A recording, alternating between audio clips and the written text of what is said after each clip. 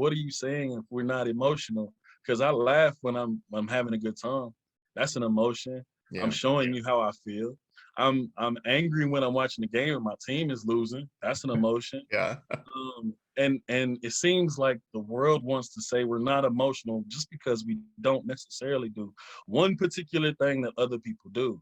And it All right. Hello, everyone, and welcome back to the channel. So I'm continuing with the series where we're going to discuss what is masculinity and what does it mean to be a man? What does it mean to be a good man? We'll talk about toxic masculinity as well.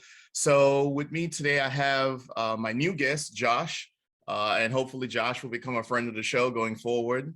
But before we get into the questions, what I'm going to do is ask him to just kind of, introduce himself, say a little bit about what he does, and then we'll get into the questions. So go for it, Josh. Hello, everybody. My name is Joshua Rivers, and I work for a nonprofit that is seeking to make the city better by advocating for better policing and beautification. Nonprofit is called Community Frontline here in Fort Worth. I've had the pleasure of working there for a little more than a year. I've also do a lot of work in politics as well. So people always ask me, what do you do? I always say politics and advocacy. Sounds good. All right, man. So let's start off with the easy question, right? And that is, in your opinion, what is it to be a man, right? What does it mean to be a man? Your perception of that, in your opinion. Well, I've always thought of being a man as a title that is earned. Um, we go through stages in our life, and it's a rite of passage to be a boy, to learn and to grow and develop. And there's something that happens where we have to learn our responsibilities and be ultimately in charge of those things. And that is when the world and your family kind of switches and sees you as a man. And then there's other titles that come along with being a man so far after, maybe being a father and stuff like that. But I do think of it as an earned title, something that I'm proud to be called. And in no way does it mean that I think that it's lessening anything else. I just think it's something that we have to earn. Okay. So, and so that brings up a good point. So could you explain a little bit more what you mean by an earned title? And how do you earn that title of you're a man? Well, for me, I'll speak specifically for myself. Yeah. I come from a family that really honors military service. We honor being ultimately responsible for taking care of the family. And whatever way that might look to you is still kind of broad in the term, but the thought is, hey, look, we're teaching you to be responsible for people other than yourself. Okay.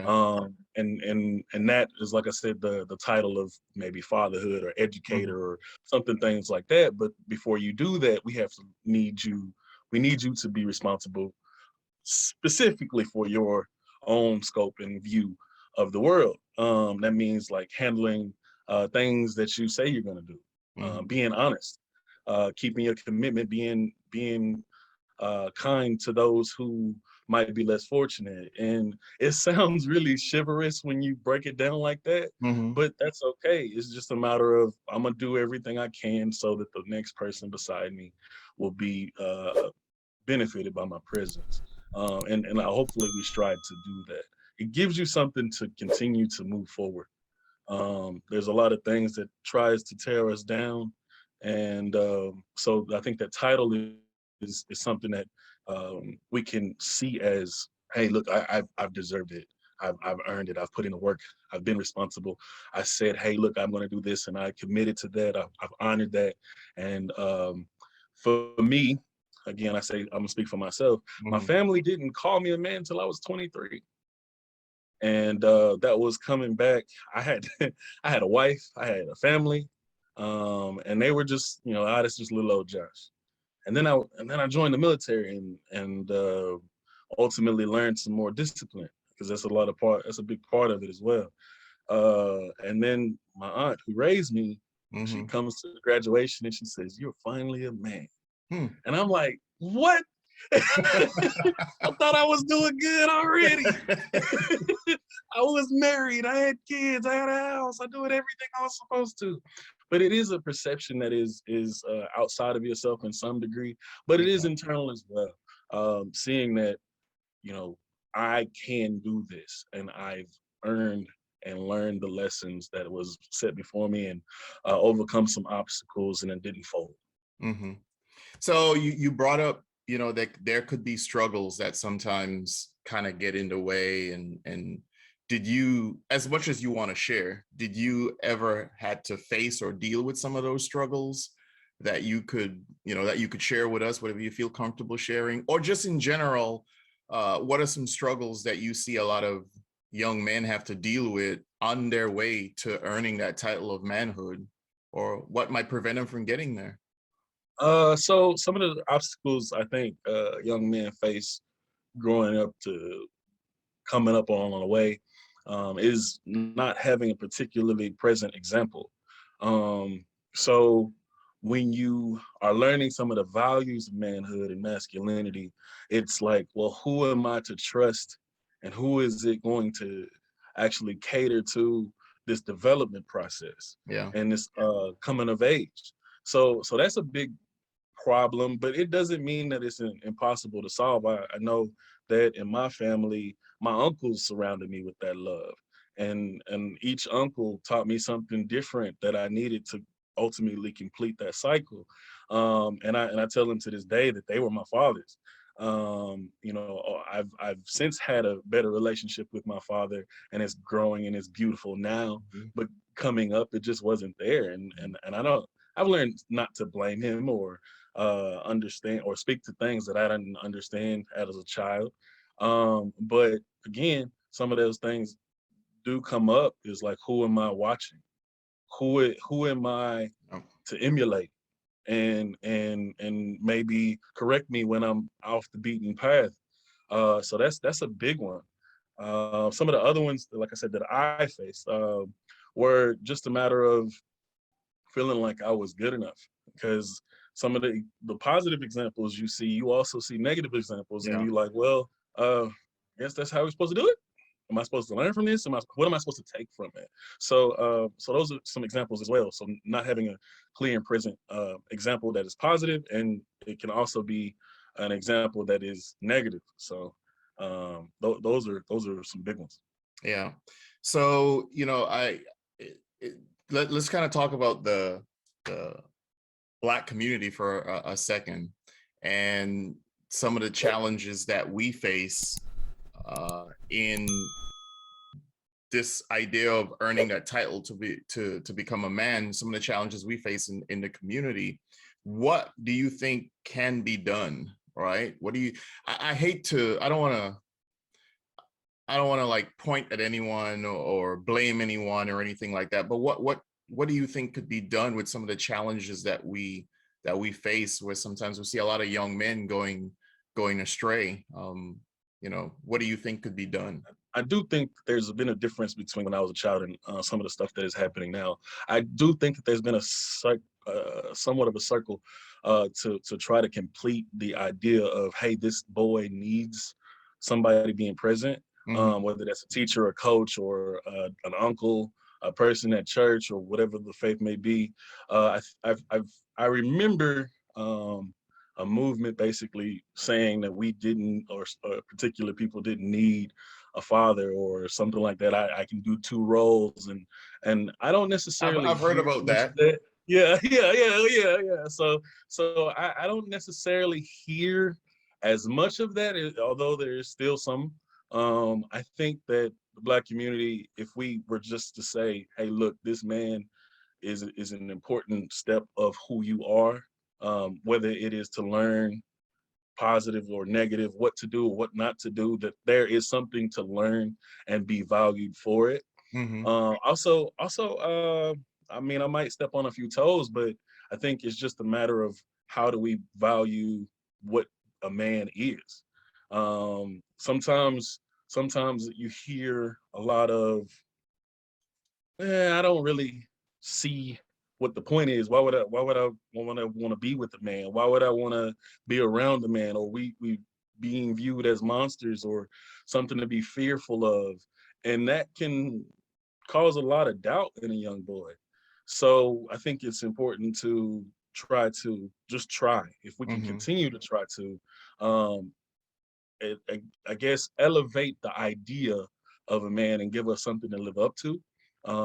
In my life, that was something that was impactful because I had something to strive for Yeah. and hold myself accountable to. So I think that goes on the family structure, whether it's your aunt or your mom, or your sisters. It's like almost being careful about what your negative, what you're particularly being negative about.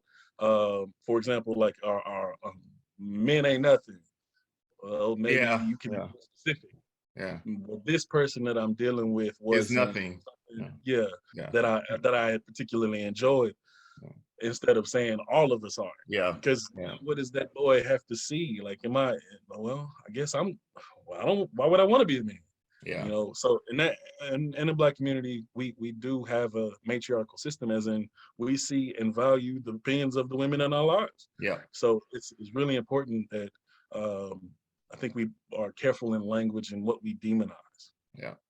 So what do you, when I've always been curious, when someone says you're the man of the house, what does it mean to be the man of the house? Because I don't think a lot of people quite understand what that means. The man of the Yeah. house. What does that mean to you? Yeah, yeah, it's not really particularly explained. It's just Yeah. something you gotta fall into, right? They just, Yeah. hey, you. It could be 12 years old. You the man of the house now, Yeah. and then you're like, what does that mean, and how do I find it? And Mhm. that goes back to the example. It is Yep. what did my granddaddy do? Well, Mhm. I don't know if we can continue to do some of the things that they did back then. So what does that Yeah. look like? What's that Yeah. scope? Yeah. Um, but to me, a better the house is a caretaker. Um, some of these things that are almost described as feminine, I describe it as being a shepherd. Like, Mhm. this is my responsibility. Again, as I stated at the beginning, it is almost, you are a man of the house. That means that you are responsible for others.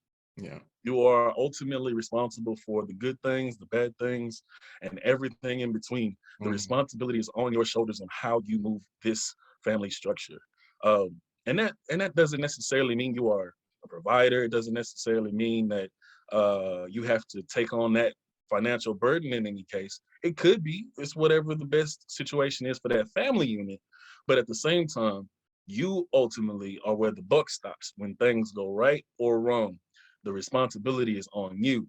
So in my house, it's very structured on, look, we can make decisions together, but I will make sure that that this is, if it goes wrong, I'll be responsible. I'll say that I did wrong. Okay. And I'm okay with admitting that I'm wrong in some situations. And if it was up to my wife, we would be, I would be wrong sometimes, and I'll probably be wrong more than I think. But if that's okay, in my attitude going forward, then I can accept the responsibility and the burden of leadership. Yeah. And it is really something that comes down to, are you accepting of this challenge, and of being completely responsible for other people. And Mhm. again, I say that term completely responsible loosely, meaning, some people used to think of it as I have to be a provider and protector.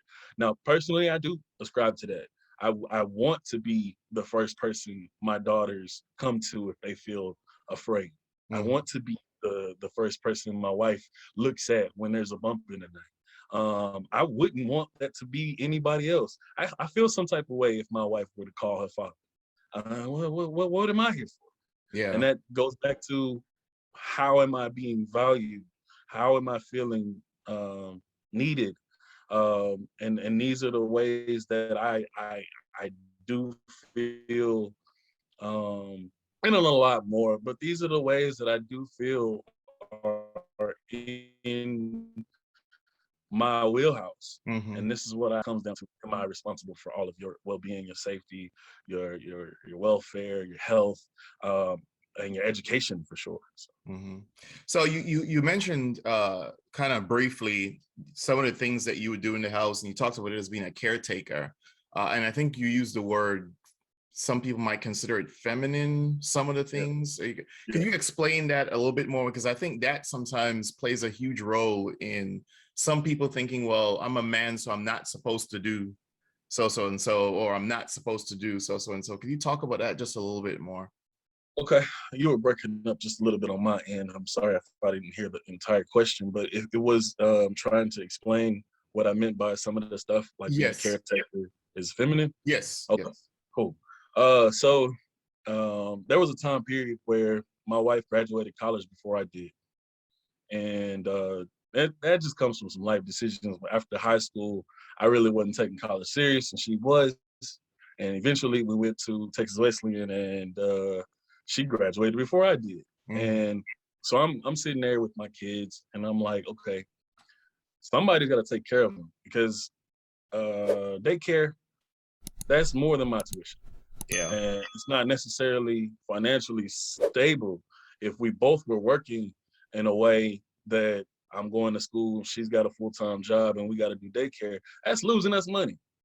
So I'm gonna be upfront. I'm gonna take care of my kids, and I'm gonna go to school so that my kids understand that somebody's there for them. Somebody's interested in investing in them.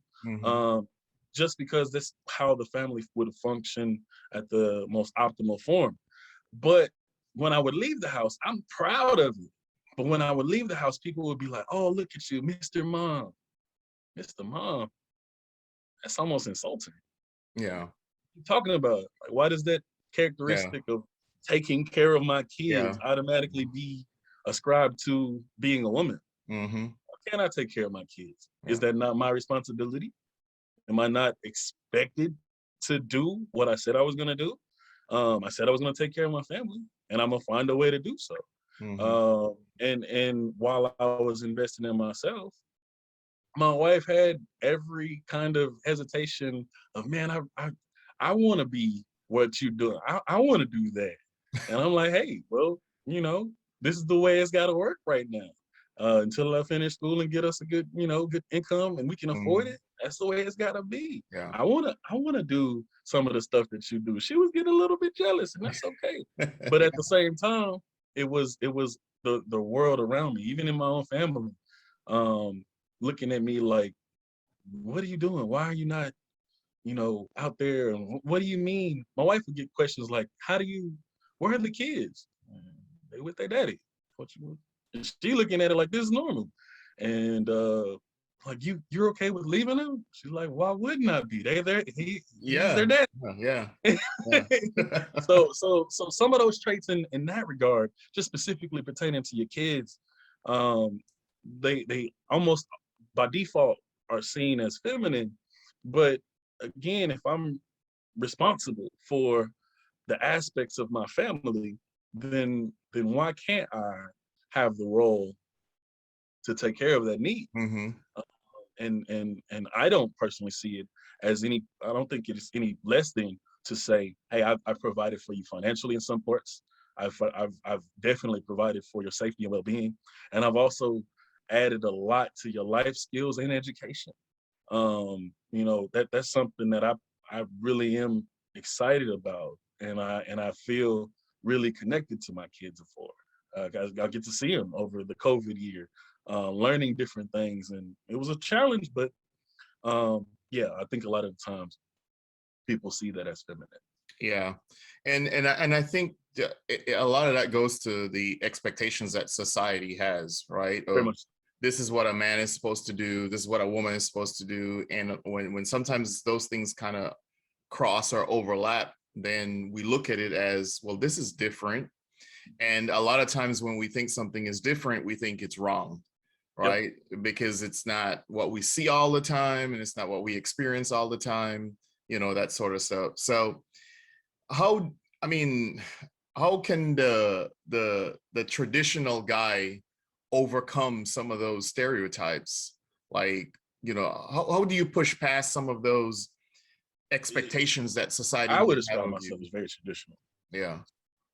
I would describe myself as very traditional, and it just comes down to being at peace with who you are. Hmm. You you're going to be fired upon by everybody as soon as you step outside the house, and how you see your worth is how you ultimately will project it to the world. Hmm.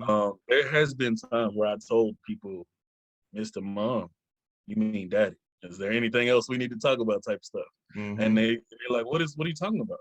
And there has been times where I have to go to work and I miss my kids and I'm gone for a month and a half because I was in the army and stuff like that. There's been times where we have to prepare ourselves in ways that other people might not have to. But as a man, we have to sometimes wear this armor and say, look, I know how valuable I am to myself. I know how valuable and important I am to be involved in this role. And then let that, when everything else is trying to tell you that you're not, be ultimate aspiration and belief. Um, and surround yourself with people who believe the same thing, that really don't try to limit you and what your capability is. So if you're looking around uh, in a group full of men who only ascribe to protect and provide, and that's all I got to do, and I don't have to Yeah. change back, Yeah. then it might be a little bit harder for you to express, hey, look, I don't necessarily think that. But if you surround yourself with people who say, hey, look, being a father, being a man is more than just being inside of this little bitty box, then maybe it can help. And that comes down to who you surround yourself. Yeah. So as we're getting close to the end, there's another question that I want to bring up, and it's how do men deal with emotions, right? The challenges for a man to deal with or to show emotions. What are your thoughts on that? So I hear that question a lot, and they say that men aren't emotional. Hmm. Well, I want to be more specific. What are you saying if we're not emotional? Because I laugh when I'm having a good time. That's an emotion. I'm Yeah. showing you how I feel.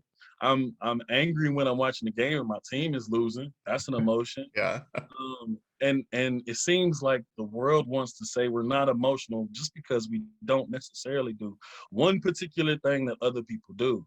And it basically comes down to, are you sad? How do you feel when you're sad? How do you express when you're sad? Do you cry? Yeah, I do. I do cry. I choose when and where and how. Yeah. Maybe I'm not doing it in front of my kids because I want to project that everything is going to be okay. Maybe I go in the shower, cut it on, and take a little bit longer. That's perfectly fine too. Yeah. But when people come with the notion of men aren't emotional, they're really stoic. I think we're discounting the spectrum and scope of what it is to be a person, not Yeah. even a man. Like we're only wanting to focus on the negative of what you think we don't do. And there has been somewhat of a movement to say men can be more emotional. I just caution against it because there's still more of the traditional sense of men can't cry in the world. Um, I would caution men to just say, be careful who you share that with, because that vulnerability almost That's sometimes can be true. used against you by That's people you true. love, around yourself with. And it's not so much seen for women. So it goes back again to who you surround yourself with. And I would acknowledge that we are emotional. It just might not come out in ways that you expect us to Mhm. do or want us to do. Yeah. And you know, the flip side to that is if you're too emotional, then you get Get judged criticized for it. for that as Yes. well, as being What do you soft. want us to do? Yeah, you soft. That's the last thing a man wants to hear. What Yes, you mean I'm soft? that's Now we got problems. yeah. No, Like, I'm gonna got prove it to problems. you. I'm Yeah. like cry the whole time I'm doing it, but Yep. now we gotta prove Yep. it. Yep. Like, Yep. so I have a complicated understanding of that emotion. Seeing how my daughter just walked in, she got home from school. But I have a complicated relationship with that emotion, specifically because they used to call me a crybaby when I was a little kid. Yeah. You know, like, okay, that's fine.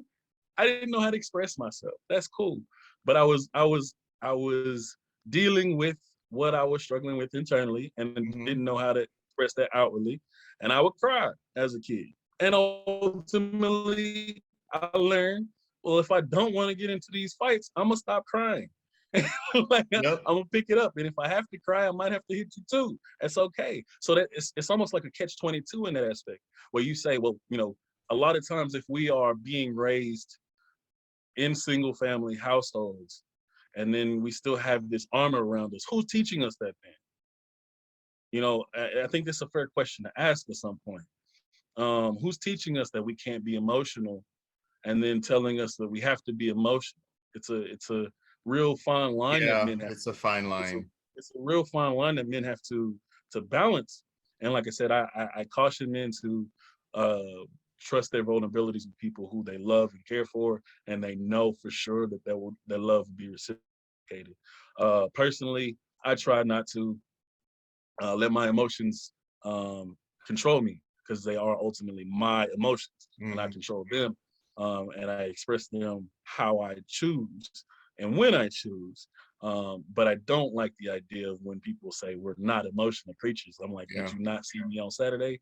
Did you Yeah. not see me when my team was playing? Did Yeah. you not see me when I was at the comedy show? Did you not see me when my mama died? Did you not see me? All of these things. So I think that a lot of times society wants to limit and devalue the scope of our Yeah. emotion. And I think a lot of times people are looking, they want to see emotion in a certain way. It has to look a certain way at a certain time to be considered, oh, well, he shows his emotions. Right. So, their perception of what emotion should look like. Yeah. And in a way that they want it to be. Yes. Yeah. Because sometimes our emotion as men can be expressed physically. Yeah. It can be expressed physically. And it makes us feel better. Now, if I were to tell you two men getting a problem and they getting all upset and they're very angry at each other, and then an hour later they're fine, I would guess, and I think all of the men in the room would say, I know what happened. They fought. Yeah. And then after they got that out, they were fine. Hmm. So in some ways, our society wants to tell us and dictate to us that we have to be emotional. And not only do we have to be emotional, we have to be emotional in a way that makes me comfortable. Yeah. But I Yeah. don't see that ascribed to everybody. So boxing helps. Breaking stuff like cutting down a tree, doing Yeah. something physical, lifting weights. All of those things can be a great way to express emotion too. Yeah. Stress release too.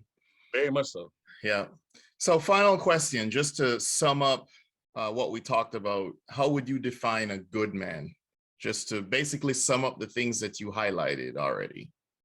I think a good man comes down to um, holding his word, taking care of his responsibilities, whatever he decides they are, and being honest. Most importantly, being honest. I Mhm. think that is something that we have to learn to be more expressive of. When we keep our feelings inside, they have no real expectation of who we really are. Mhm. And if we don't speak up for ourselves, we let other people control what we Mhm. are. So being honest is extremely important as a man. And again, it comes down to, are you going to be and do what you committed yourself to be? Yeah. Good. All right. Well, thank you very much for taking the time to chat with me, man. And Having yeah, if I need a follow up, or if depending on the questions and on the video and stuff like that, if I need to follow up with you, I'll definitely let you know. But thank you for taking the time to chat with me. And everyone, don't forget to like and subscribe. Don't forget to share the video. And until next time, peace.